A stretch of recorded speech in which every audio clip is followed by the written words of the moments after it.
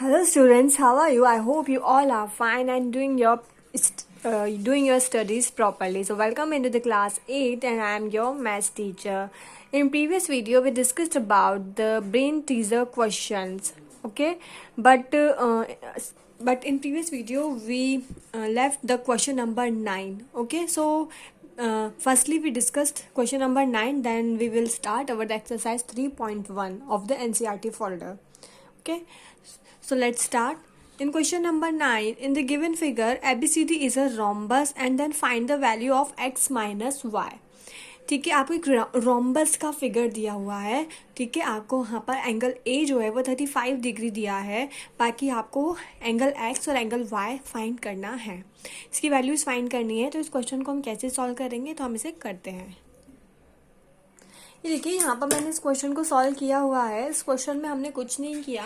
सबसे पहले आपको पता है कि जो रोम्बस होता है उसकी ऑल साइड्स जो होती हैं, ऑल 4 साइड्स वो इक्वल होती हैं.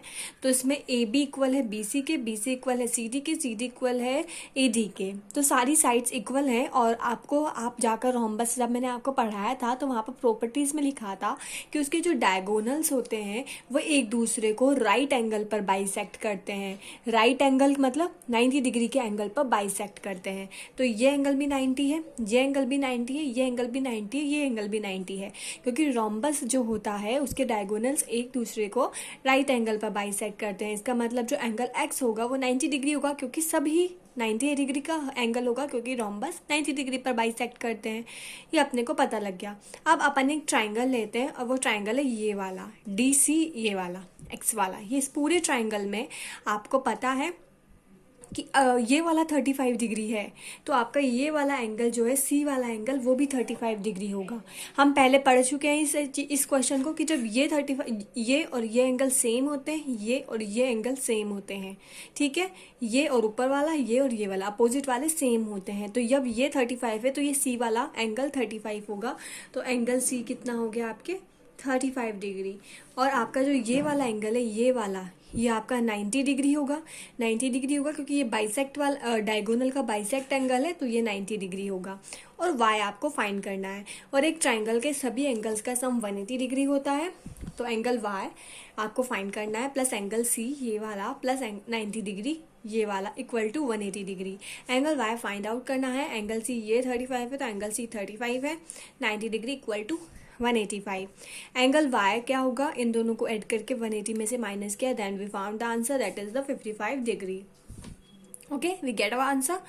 सो क्वेश्चन में आपको क्या फाइंड आउट करने के लिए बोला, x माइनस वाई. तो x की वैल्यू आपके पास 90 डिग्री है और y की आपके पास आ गई 55 डिग्री. तो when we subtract 55 from 90 then we get the 35 degree and this is the correct answer. Okay, पता लग गया क्वेश्चन कैसे सॉल्व करना है. ठीक है, अब हम हमारा एनसीईआरटी फोल्डर स्टार्ट करते हैं. ये क्वेश्चन हमारा रह गया था और किसी ने मुझसे पूछा था, तो ये मैंने आपको बता दिया. अब हम एक्सरसाइज 3.1 करते हैं. तो ये है हमारा एनसीईआरटी फोल्डर एक्सरसाइज 3.1. तो आज हम इसे कंप्लीट कर लेंगे. आपको यहाँ पर given here are some of figures. आपको यहाँ पर कुछ फिगर्स दिए हैं. ठीक है, यहाँ पर आपको कुछ फिगर्स दिए हैं. अब इन फिगर्स में आपको बताना है, क्लासीफाई करना है इन फिगर्स को. Simple curve, simple closed curve, polygon, convex polygon और कॉनकेव पॉलीगॉन. ठीक है, सबसे पहले अपन देखते हैं सिंपल कर्व्स. सिंपल कर्व्स कौन कौन से हैं, सबसे पहले हम वो देखते हैं. तो सिंपल कर्व, ये देखो, ये एक सिंपल कर्व है क्योंकि ये एक आपके फोल्ड हो रहा है. ठीक है, ऐसे कर्व आ रहे हैं इसमें, तो एक सिंपल कर्व है. इसके अलावा इसमें भी कर्व्स हैं. ये यहाँ पर एक कर्व, यहाँ पर एक कर्व, कर्व्स हैं. तो ये भी एक सिंपल कर्व है. तो 1 2, ये तो सर्कल है, ये नहीं होगा, ये सिंपल कर्व है ही नहीं, तो काफ़ी कॉम्प्लेक्स है. 5 वाला भी सिंपल कर्व है, 2 कर्व्स देखने को मिल रहे हैं. ठीक है, 6 भी हमारा सिंपल कर्व है. ठीक है, और ये भी हमारा सिंपल कर्व है. ये तो आपको कर्व नहीं दिख रहे, तो 2 सर्कल्स हैं जो आपस में अटैच हैं. ये सिंपल कर्व है, ये सिंपल. तो 1 2 5 6 7 कौन कौन से 1 2 5 6 7 आपके सिंपल कर्व्स हैं. फिर आते हैं आपके सिंपल क्लोज्ड कर्व. ये तो 1 2 5 6 7 ही आपके सिंपल क्लोज्ड कर्व है, क्योंकि ये सिंपल तो कर्व तो है ही सही, साथ के साथ ये क्लोज भी है. तो 1 2 5 6 7 आपके क्लोज्ड कर्व भी हैं. फिर आपको बताना है पॉलीगॉन.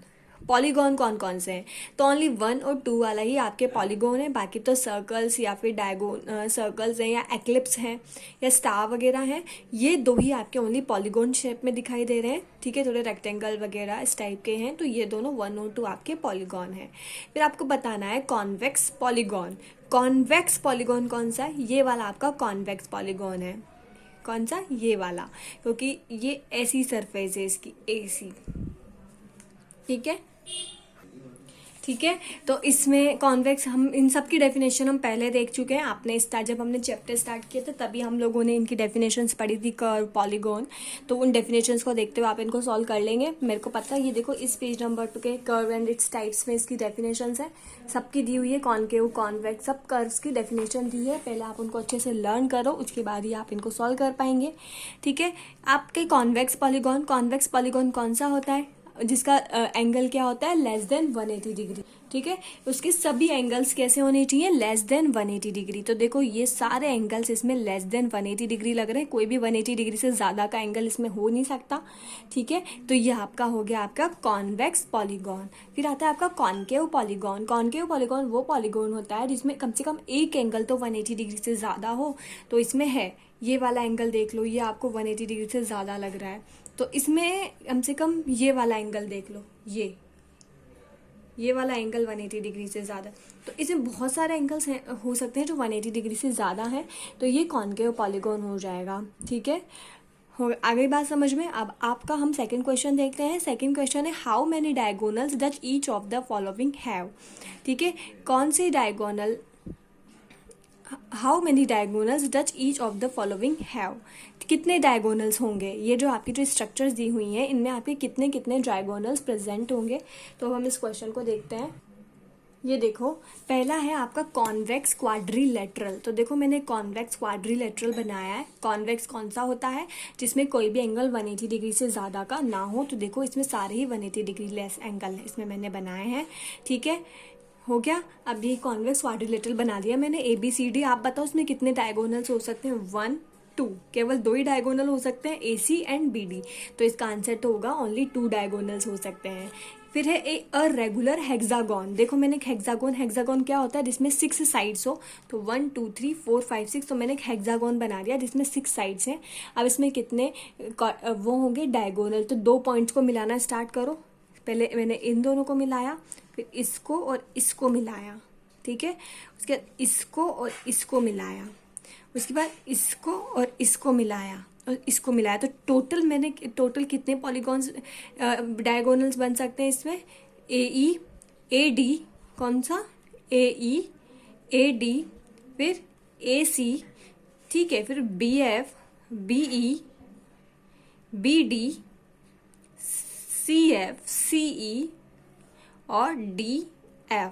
ये हमारे 1 2 3 4 5 6 7 8 9 पॉलीगॉन और रेगुलर हेक्सागोन में हो सकते हैं। तो इसका आंसर 9 आ जाएगा।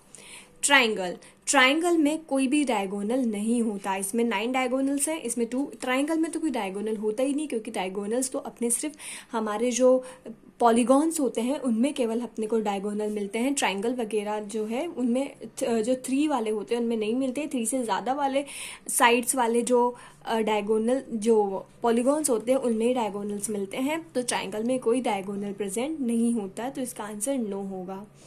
ठीक है, उसके बाद हम हमारा क्वेश्चन नंबर 3 देखते हैं।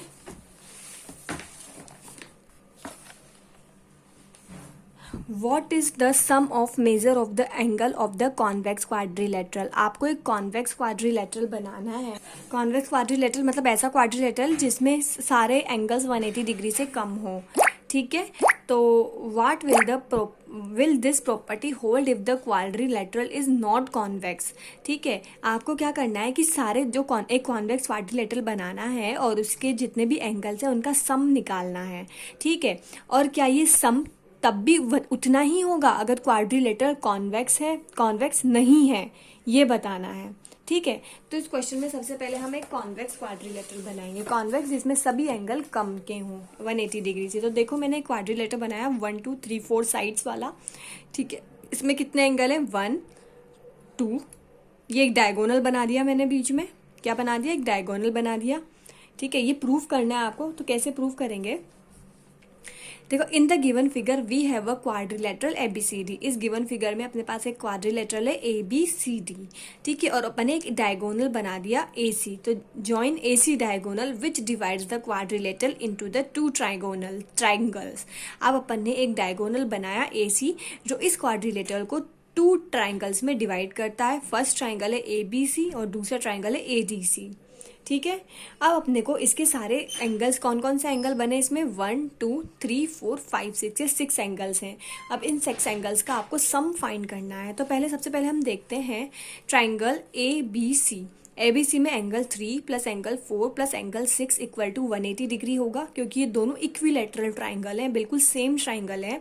तो आपको पता है कि किसी भी ट्राइंगल के तीनों एंगल्स का सम कितना होता है, 180 डिग्री होता है। तो angle 3 plus angle 4 plus angle 6 180 degree होगा। वैसे ही in triangle A D C जो हमारा ट्राइंगल है उसमें भी तीनों एंगल का सम, एंगल 1, एंगल 2 और एंगल 5 का सम 180 डिग्री होगा, ठीक है। तो दोनों के सम आपके 180 डिग्री आ गए, क्योंकि ट्राइंगल्स के सम इतने ही होते हैं। अब आप क्या करो, इक्वेशन 1 और इक्वेशन 2 को ऐड कर दो।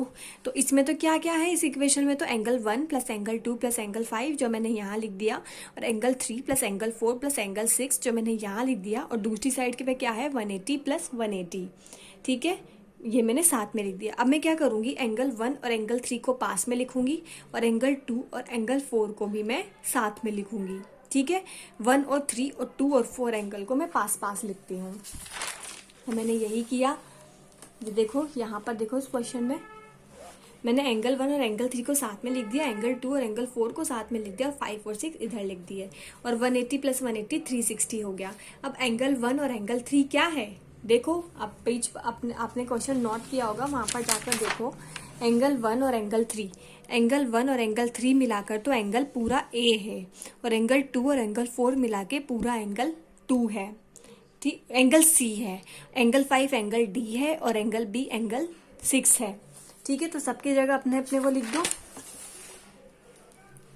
तो एंगल 1 और एंगल 3 कंबाइंडली ए है, एंगल 2 और एंगल 4 कंबाइंडली सी है, एंगल 5 डी है और एंगल 6 बी है। तो A C D B equal to 360 degree. तो अपने प्रूफ हो गया। क्या प्रूफ हुआ कि किसी भी quadrilateral, hence the sum of the all angles of quadrilateral convex quadrilateral क्या होगा, 360 डिग्री होगा। क्या उसने क्वेश्चन में यही पूछा था कि क्वाड्रिलेटरल के सभी एंगल्स का सम क्या होगा, तो hence the sum of all the angles of the convex quadrilateral is 360 degree, ठीक है। अब उसने ये भी क्वेश्चन पूछा है कि अगर ये क्वाड्रिलेटरल कॉन्वेक्स नहीं होके कॉनकेव है, यानी कि आपके कोई एंगल 180 डिग्री से ज़्यादा है।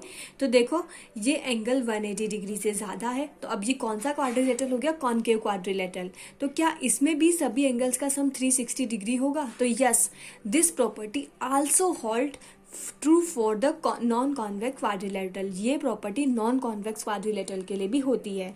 कॉन्वेक्स क्वाड्रिलेटरल में भी सभी एंगल्स का सम कितना होता है, 360 डिग्री होता है, क्योंकि इसमें अगर एक एंगल बड़ा हो जाता है तो बाकी एंगल्स का जो डिग्री होता है वो कम हो जाता है, लेकिन टोटल सम तो 360 डिग्री ही रहता है, ठीक है। आ गई होगी मेरी बात समझ में। अब हम हमारा नेक्स्ट क्वेश्चन करते हैं, और नेक्स्ट क्वेश्चन बहुत ही इजी है, तो मैं पूरा नहीं बताऊंगी, सिर्फ थोड़ा आपको मैं इसका आइडिया दूंगी।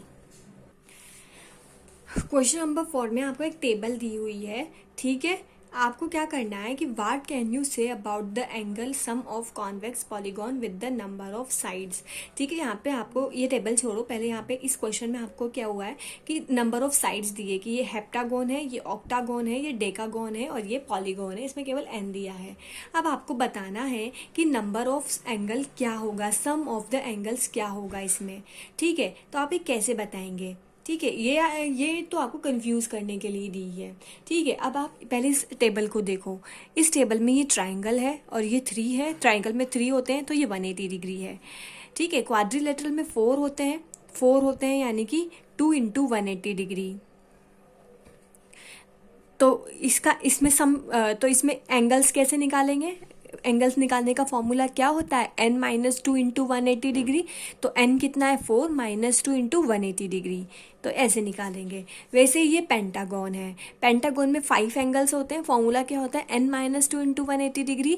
तो n कितना है 5, तो 5 - 2 इंटू 180 डिग्री। वैसे ही हेक्सागोन है, हेक्सागोन में 6 होता है, 6 यानी कि n-2 यानी कि 6 - 2 180 डिग्री। ठीक है, वैसे ये है, यहाँ पर 7 है, पहले फर्स्ट वाले में 7 है, तो 7 में भी n-2 यानी कि इन सभी में भी आपको वही करना है। मैं आपको बताती हूँ कैसे करना है। According to the question sum of all the angles of the polygon of side and formula कौन सा होगा, n-2 इंटू 180 डिग्री। तो पहला हम देखते हैं, नंबर ऑफ साइड उसमें 7 है, तो n 7 हो गया। तो ये कैसे निकालेंगे, 7 - 2 इंटू 180 डिग्री, और आपका आंसर आ जाएगा 900 डिग्री। वैसे बी वाले में 8 है, तो 8 वाले में आप क्या करेंगे, n 8 कर देंगे और 8 - 2 इंटू 180 डिग्री कर देंगे। सी वाले में n c कर देंगे, तो 10 - 2 इंटू 180 डिग्री करके आंसर निकाल लेंगे, वो आप खुद कर लेना। डी वाले में नंबर ऑफ साइड्स n है, तो n की जगह n ही रहेगा, और n - 2 इंटू 180 डिग्री इसका आंसर हो जाएगा। तो ये क्वेश्चन आपको ऐसे ही सॉल्व करना है, बहुत ईजी है और मेरे को लगता है आप कर लेंगे। अब हम हमारा नेक्स्ट क्वेश्चन देखते हैं, जो हमारा क्वेश्चन नंबर 5 है। क्वेश्चन नंबर 5 तो बहुत ईजी है, मेरे हिसाब से नहीं भी बताऊंगी तो भी आप कर लेंगे, लेकिन हम देख लेते हैं। What is the regular polygon, state the name of the regular polygon of. ठीक है, so we have to say about the name of the polygon. ठीक है, तो 3 साइड्स के पॉलीगॉन को आप क्या बोलते हैं, यू क्या बोलते हैं, ट्राइंगल। 4 साइड्स के क्या बोलते हैं, क्वाड्रिलेटरल। और 6 साइड्स के पॉलीगॉन को क्या बोलते हैं, इसको बोलते हैं हम हेक्सागन। ठीक है, तो आप इनका नाम लिखना है बस, ट्रायंगल, क्वाड्रिलेटरल एंड हेक्सागन। बस ये आपको नेम यहाँ पर राइट करने हैं। अब ये वाले क्वेश्चन वैसे तो बहुत इजी हैं, क्योंकि हम जो इससे पहले जो हम क्वेश्चन करके आए हैं वो हम काफ़ी अच्छे लेवल के और हार्ड क्वेश्चन करके आए हैं। वैसे क्वेश्चन वैसे आपके एग्जाम में बहुत कम बनते हैं, लेकिन आपको अच्छे क्वेश्चन करने की आदत होनी चाहिए। और क्वेश्चन आपके जनरली जो एनसीईआरटी फोल्डर्स वाले हैं वही पूछे जाते हैं, क्योंकि ईजी क्वेश्चन आते हैं पेपर में। लेकिन हम टफ की प्रैक्टिस करेंगे तभी हम ईजी भी कर पाएंगे। हम अच्छे क्वेश्चन कर चुके हैं, ठीक है, क्योंकि इन बुक्स में आपके थोड़े एक्स्ट्रा क्वेश्चन दिए हैं तो आप एक्स्ट्रा करेंगे। ठीक है, हाँ, आपको ये HUTS करने की नीड नहीं है, क्योंकि काफ़ी हाई लेवल होते हैं और ये बिल्कुल एग्जाम में नहीं आएंगे। MCQs आप खुद से करेंगे। ठीक है, और अगर फिर भी प्रॉब्लम हो तो आप मुझसे पूछ लें कमेंट्स में, कॉल पर, कुछ भी। ठीक है, MCQs खुद करें, या फिर मैं आपको 2 ऐप्स के नाम भी बता चुकी हूँ, आप उन ऐप्स में सर्च कर लें, गूगल पर सर्च कर लें। समझ नहीं आ रहा है तो, फिर भी नहीं आ रहा तो आप मुझसे पूछें। ठीक है, अब हम हमारा नेक्स्ट क्वेश्चन देखते हैं। आपको इसमें एंगल फाइंड करना है। आप ए वाला देखो, ए में आपको 50 दिया है, 130 दिया है, 120 दिया है, एक्स फाइंड करने हैं। आप सबको पता है क्वाड्रिलेटरल के सभी एंगल्स का सम कितना होता है, 360 डिग्री। तो इस क्वेश्चन को हम कैसे सॉल्व करेंगे, बहुत ईजी है। X plus 50 plus 30 plus 120 equal to 360। X इनको ऐड किया तो 300, तो x इक्वल टू 360 माइनस 300 यानी कि 60 डिग्री इसका आ गया, क्योंकि सभी का सम 360 होगा। ठीक है, एक बस आपको निकालना है, इनको ऐड करके उधर ले जाएंगे। वैसे ही हमारा क्वेश्चन नंबर 8 भी थोड़ा थोड़ा ऐसा ही है, वही है सेम। देखो, इसमें आपको 2 एंगल्स दिए हैं और आपको ये वाला एंगल फाइंड करना है, लेकिन ये भी आपको नहीं दिया है, लेकिन आपको एक हिंट दिया है। ये इसका मतलब होता है 90 डिग्री। जब भी ऐसा वाला साइन दिख जाए ना, उस एंगल का मतलब है 90 डिग्री। तो जब आपका ये वाला 90 डिग्री है तो ये पूरा आपका 180 डिग्री होता है, ये तो आपको पता है, ये पूरा आपका 180 डिग्री होता है। और ये क्वेश्चन में दिया है कि 90 डिग्री है, तो ये वाला 180 माइनस 90 होगा, तो ये भी आपके 90 डिग्री होगा। ये आपको ऐसा वाला साइन दिया है ना यहाँ पे, ऐसे वाले साइन का मतलब है 90 डिग्री, और ये पूरा एंगल आपको पता है 180 होता है। जब ये 90 है तो ये होगा 180 माइनस 90, तो ये वाला भी 90 डिग्री होगा। तो ये 70, ये 60, ये 90 प्लस x इक्वल टू 360 हो जाएगा। तो x 90 plus 70 plus 60 equal to 360, तो x इक्वल टू 220 इधर लेके गए तो इसका आंसर 140 डिग्री आ गया। ठीक है, अब हम सी वाला देखते हैं। सी वाले में आपको ये दिया है, ये दोनों फाइंड करने हैं, और ये दोनों दिए हैं। तो आपको पता है ये पूरा 180 होता है, ये पूरा 180 होता है, तो ये वाला 180 माइनस 70 होगा, और ये वाला 180 माइनस 60 होगा। तो ऐसे ही करेंगे। ठीक है। ए वाला जो है उसको हम 180 माइनस 70 करेंगे तो ये 110 डिग्री आ जाएगा। बी वाला 180 माइनस 60 करेंगे तो 120, तो अंदर वाले दोनों आ गए। उसके बाद आपको पता ही है आपका एक पेंटागोन है, और पेंटागोन में सभी एंगल्स का सम 540 होता है, 360 तो क्वाड्रिलेटरल में होता है। तो ये पांचों एंगल को 540 के इक्वल कर दिया। इन तीनों को ऐड करके 260 इक्वल टू 540, तो x इक्वल टू 540 माइनस 260 आ गया आपके, तो 280। ठीक है, ये 2x और x इक्वल टू आपके 280 डिवाइड बाय 2, यानी कि 2 1 जा 2 140 डिग्री आपके ये आंसर आ गया।